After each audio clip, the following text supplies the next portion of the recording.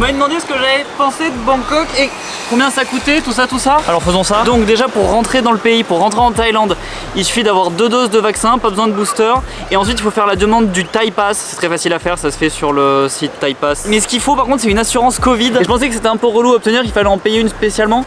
Mais en fait il y a plein de cartes bleues qui l'ont. Bon après ça c'est la règle en ce moment, mais comme c'est en train de réouvrir de plus en plus, peut-être que dans quelques mois il faudra plus le Thai Pass. Donc le mieux c'est d'aller checker par vous-même et je vous conseille le site Tour du Mondiste. Franchement il a un nom de merde mais il est vraiment trop bien fait.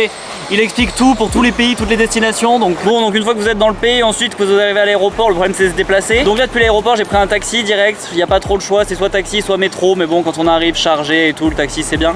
En plus c'est pas très cher. Faut juste faire attention avec les taxis, il y en a plein qui veulent pas mettre le compteur. Donc bah ceux qui veulent pas mettre le compteur, il suffit de les laisser, de descendre et d'en prendre un autre. Parce que sinon ils vont essayer de vous négocier des tarifs, mais du coup c'est 3 fois plus cher. Donc les taxis c'est soit avec parc-mètre, soit pas. Et sinon il y a aussi l'appli Bolt, c'est exactement comme Uber, sauf qu'il n'y a pas Uber ici.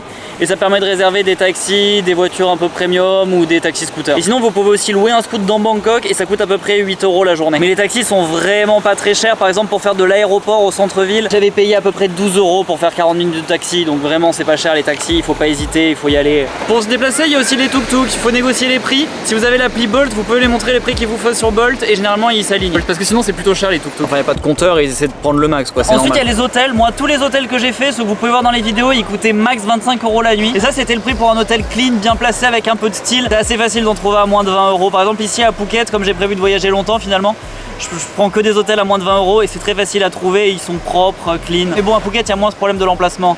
À Bangkok c'est cool d'être bien placé. Si on est proche d'un métro, proche d'une rue passante, proche d'un endroit avec un peu d'ambiance, c'est plus sympa. Et ça du coup il suffit de regarder sur Booking ceux qui ont des bonnes notes en emplacement et en prendre un de ceux-là. Moi le seul truc sur mon premier hôtel, il était hyper bien placé, hyper cool et tout.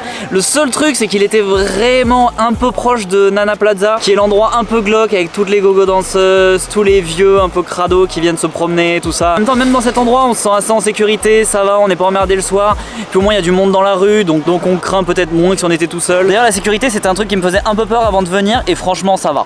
À aucun moment je me suis senti en danger ou agressé ou j'ai eu peur dans une ruelle ou franchement j'ai jamais eu peur. Après j'ai pas fait de folie non plus et ça m'étonnerait pas qu'à 5 h du mat dans une boîte tout seul, si on est en train de fumer des pets, c'est arrivé des trucs. Mais bon tant qu'on est un touriste normal ça va, il se passe rien. Bon voilà et après comme truc à faire, moi j'y ai passé 2 semaines mais bon c'est largement trop, on peut tout voir en 3 jours. Faut voir le Grand Bouddha, le Grand Palace, le Temple Wat Arun.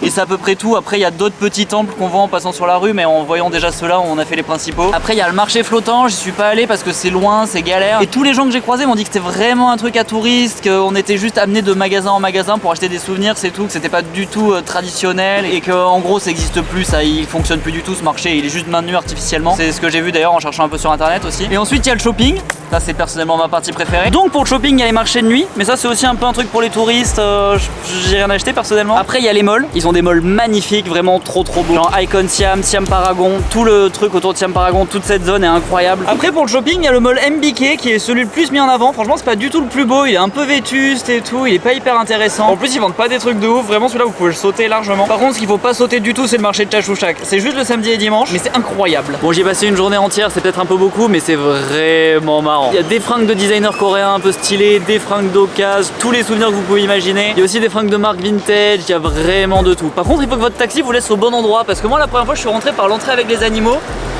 et c'était pas chouette, enfin sauf si vous voulez acheter des tortues vivantes, mais comme c'est pas ce que je recherchais, c'était pas chouette. Et pour la nourriture j'ai rencontré un peu tous les cas de figure, des gens qui se régalent de la street food, qui ont jamais aussi bien mangé que dans la rue, mais je connais aussi des gens qui font hyper attention et qui ont passé 24 heures à gerber, et à mon avis c'est un peu relou de gerber pendant 24 heures en Thaïlande, on se demande quand est-ce que ça s'arrête. Et après si vous êtes vegan ou végétarien, franchement c'est un peu galère parce qu'ils aiment vraiment rajouter du porc partout, et quand ils ont pas de porc ils mettent du poulet, des crevettes, en fait ils adorent rajouter de la viande, pour eux juste des légumes c'est pas un plat. Donc ça c'est un peu chiant, mais après ils sont très gentils, ils acceptent de pas nous mettre des trucs si on veut, ou enfin ils sont assez arrangeants, ils peuvent nous customiser toutes les recettes. Mais naturellement à la carte souvent il n'y a pas, ou alors il faut aller dans des endroits spéciaux pour vegan, mais genre pas marrant du coup. Puis du coup il y a toute une théorie sur l'écologie, tout ça, c'est un peu chiant. Après la bouffe est vraiment pas chère, genre moi qui suis plutôt chiant et qui mangeais que dans des endroits en dur, hyper propre, en faisant attention. Le plat me coûtait généralement entre 3 et 7 €, mais je crois que ça m'a jamais coûté plus de 7 €. À part une ou deux fois sur des rooftops, mais bon c'est normal, c'est des rooftops super beaux, il y a des cocktails à 10 balles. Mais bon quand c'est des super beaux endroits avec une vue de ouf et tout, on s'y attend que ça va être super cher, donc Franchement, on n'est jamais pris en traite. Bref, voilà, mais si vous voulez plus de détails sur Bangkok et que vous êtes nouveau, j'ai fait une vidéo par jour quand j'étais à Bangkok. Salut, cette vidéo était pas du tout prévue, je l'ai enregistrée au bout de la plage en 15 minutes, mais c'est parce qu'en fait j'ai formaté la carte SD avant d'avoir copié les fichiers. Je pensais avoir fait glisser et en fait apparemment non. Et du coup, oui, 2 fois dans la semaine, j'ai une vidéo qui s'est pas passée comme prévu. Désolé. Sinon j'ai un nouveau t-shirt, demain vous verrez où est-ce que je l'ai acheté. Faut que je me trouve un métier. Au fait, pense à t'abonner en appuyant sur le bouton ici. T'as 15 secondes, t'as encore largement le temps de le faire. Tu peux aussi regarder cette vidéo qui est ma vidéo préférée. Normalement elle se passe dans le désert, mais si c'est plus là, c'est-à-dire que la nouvelle est encore mieux, donc vraiment tu devrais la regarder. Allez, dans les trucs à voir, il y a aussi éventuellement Chinatown. C'est marrant, ça pue, on sait pas ce qu'ils vendent.